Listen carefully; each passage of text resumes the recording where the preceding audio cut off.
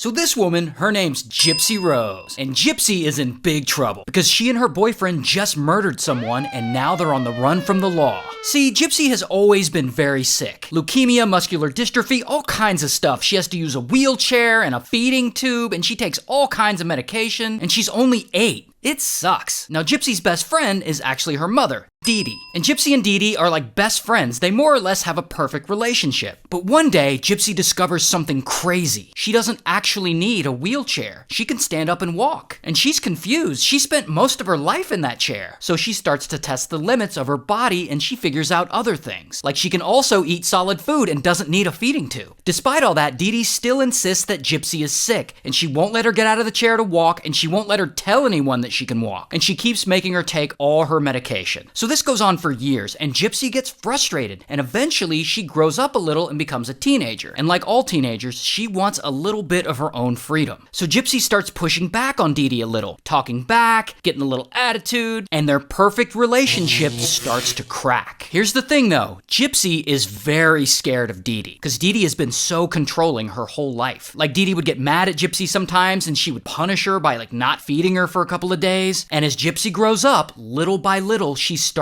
to realize she's not really sick. She's never been really sick. Her mother Dee Dee was making it all up.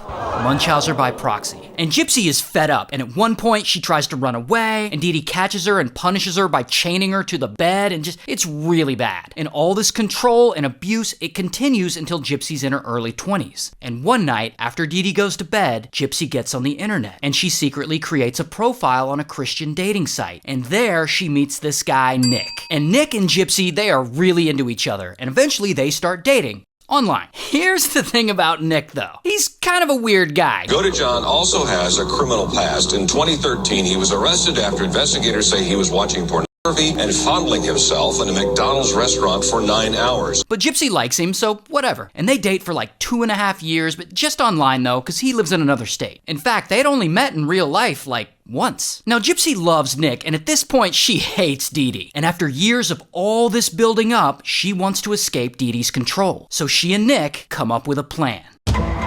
So Nick, he takes a bus and he travels from Wisconsin to Missouri where Gypsy lives. And he checks into a nearby motel, and Gypsy waits and she lets him know when Dee Dee's asleep. And Nick comes over to her house and Gypsy meets him at the door. And she gives him gloves and duct tape and a knife. Then Gypsy waits in her bedroom while Nick sneaks up on Dee Dee. And while she's there asleep, he unalives her with that knife.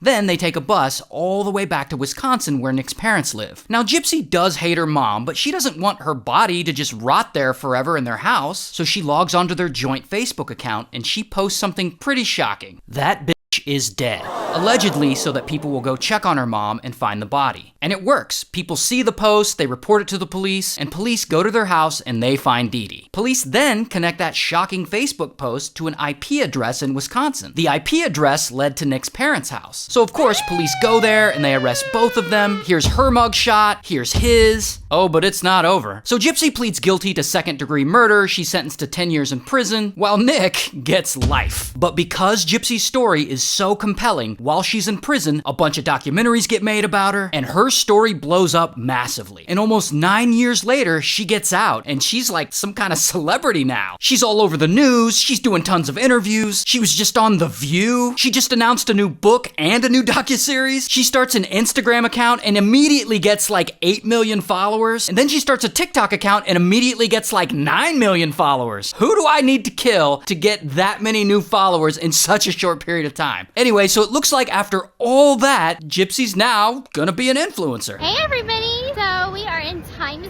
Square. Okay. And most of all this happened in Missouri, so shout out to Missouri.